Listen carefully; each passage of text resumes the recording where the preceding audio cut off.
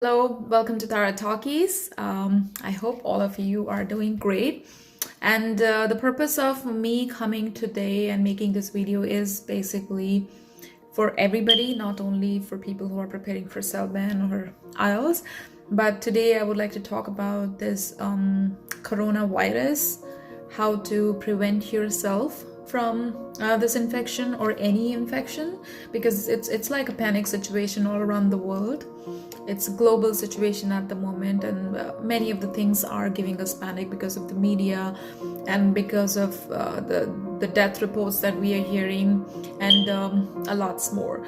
But there are a few things which all of us can do on our part. You don't need to get government doesn't need to do anything for that, or hospitals need not to do that thing, but that's the thing. There are a few things that are under your control. So you can do some basic measures by which you can increase your own immunity, and you can control the infection, because it's also like all the other infections.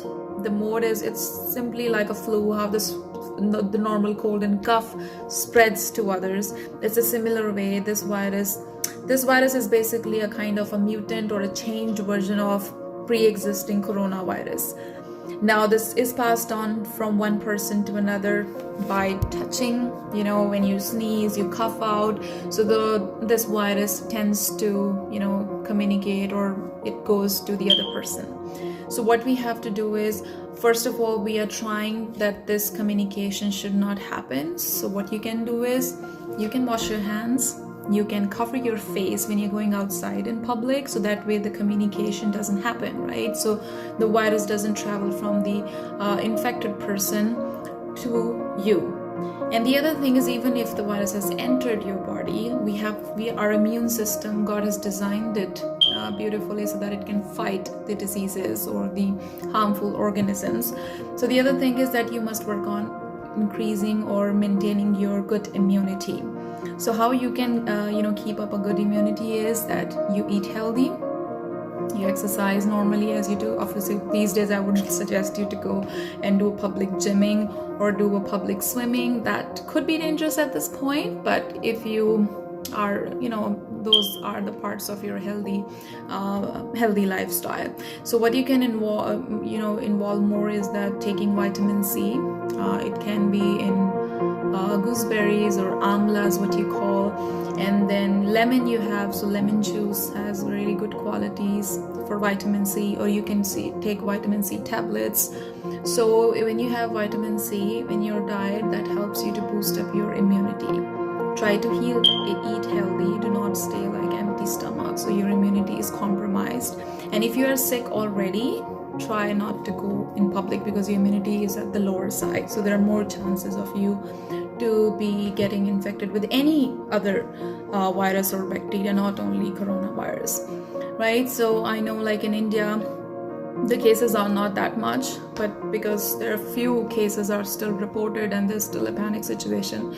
There are a few cases in Canada too, apart from China and United States. So I see all the different countries, they are trying to deal with it. Government is trying to help the citizens, but it's a responsibility on all our parts too. Like, let's not become the means of communication of this virus from one person to another. So if we break that, we can break the spread of this virus. So what we have to do is, we have to wash our hands when you're going outside. When you come home, or suppose you travel to your office, first wash your hands, or even if you want to wash your face, and then sanitize your hands and sit down on your desk, and then of course clean your desk or sanitize it if you work in an office. And then when you come out, if somebody is sick around you, that person of course should make proper precautions, and you try to cover your face when you're traveling in the bus or going outside in the public. If it's not important for you, try not to go there, right? It's not that important for you to be outside if this is a critical time, right? So this is something that we can do on our part. Then eating healthy, having a good immunity, you can have a lemon juice, right? You can eat vitamin C tablets, or oranges are a good source of vitamin C. So these are the very basic things which everyone can do in their own capacity. Mask, of course, you can do, or you can make masks at home also. You can use some like double fold cloth also, and you can like put around your face, or you can cover your face with the like dupatta or some scarf, so that there is a breakage of communication from one person to another. And washing hands, very, very important. We can't see things stick on our hands or organisms on our hands, but this is the basic route how these microorganisms spread from one person to another. Another important thing is when we sneeze, we cough, that's another route when this is going to be transferred from one person to another. So covering your face and nose while even you are sneezing or coughing, or like if the other person is doing. So in both the cases, if you are preventing it, you are covering yourself, you are kind of controlling this. So make sure that you do this. I mean, this is all the basic thing that we can do to fight this, right? So it's not going to take a lot of your efforts, but a keen observation to the symptoms also around your family or your neighbors. Like if somebody has those kind of symptoms, you must report and see the doctor, so that things can be caught at the early stages. Okay, so do watch this video also till the end, because I'm also going to show a live demonstration how to wash your hands. Okay, so I'm just wishing all of you to be stay safe and healthy.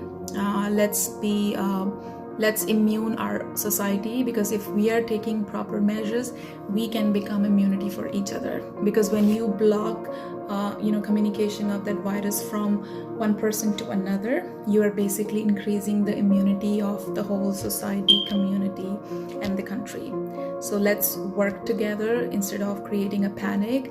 Let's work towards creating good vibes, eating healthy, washing your hands, clean your surroundings. Okay, so do watch this video till the end, share, like, and spread it to the others too, and maybe this will be help for all of us. So thank you very much for watching, and okay, so let's have this live demonstration. And I have Narpinder here. She is the registered practical nurse, and she will tell us, or she is basically going to demonstrate us about the hand washing steps, which is very important, not only for nurses, doctors, but for every single person, because we know what situation is outside. We are prone to infection, and this is one of the basic measures that we can take. Now, first of all, can you pull up your sleeves up, Narpinder? Thank you. And I just want to show, can you show me your hands? Yeah. So there are some really critical parts on your hands. As you see, the palms, there are these, interlaces, and these parts where you see here, there are more chances that the dirt is going to stuck here. And on the hands, see, right now you don't see any microorganisms, but if you would have microscopical eyes, you could see those tiny, organisms crawling on it, right? So because we don't see them doesn't mean that they do not exist there. So Narpinder, would you please help us to understand how to wash our hands? Sure. So I'm going to demonstrate the hand washing steps. So they are not really tough ones, but it's easy to do so.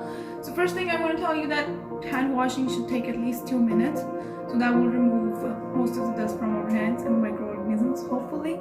So I'm going to start with the steps. So first of all, we'll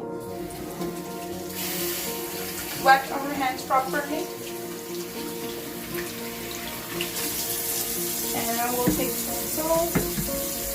We should have enough soap, because we have to make sure our hands are clean properly. And then the first step is that we will clean our hands palm to palm properly. Can you turn off the tap for me? Yeah, so that we can hear you properly. Yes. Usually one step takes 20 seconds, so you don't have to actually count, but make sure it's close to 20 seconds. So first step is cleaning our hands palm to palm, and then after cleaning for at least 20 seconds, we'll go to the back of hands. We'll clean our back of hands like this properly for both hands. Yep, so the interlaces. Yeah. And for the other side. And also, Narpinder, we could sing the song Happy Birthday twice from Yes. first till beginning, and that could complete your hand washing. Yeah. So that way you don't get bored and you will be able to finish all the steps. Okay, so I'm not doing at least for 20 seconds because it's going to take a lot of time, but you must do this. And now next step is interlocking. So we'll interlock our fingers like this to each other and then clean them properly so that our fingers are clean from both sides. And after this interlocking, we'll clean the knuckles so that these areas, because they have spaces, so they are all properly clean.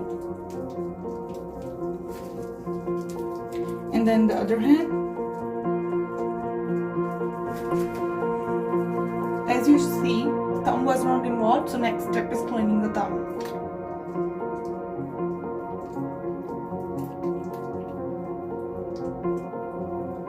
And then the other side. As we have cleaned the hands, now the last part is our nails. Even if they are longer or they are short, we have to make sure they are clean. And next step is cleaning our nails properly. The tips of the fingers, if you don't have the nails, then it's the tips of the fingers you're cleaning. Like this, and then as you have long nails, you can make sure they're clean properly. And then like this. And then the other hand, same way. And then it usually takes 2 minutes, I told you. And now I'm gonna turn on the tap. Sorry, Thank y'all. you, Tara. And then you wash them.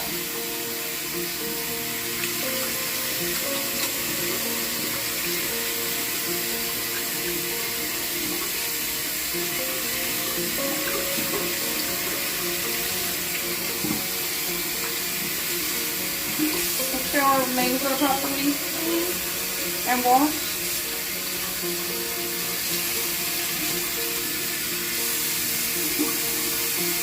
Then you can use the paper towel to clean the top as well. And then Throw this also out. use the other ones to dry it off. Okay, that was wonderful. Thank you very much, Narendra. So whenever you're coming back from, outside, before you pick up your children, do something in the kitchen, make sure that you wash your hands. Even if you're entering your office, wash your hands and then sit down at your desk. So all these things are really, really important.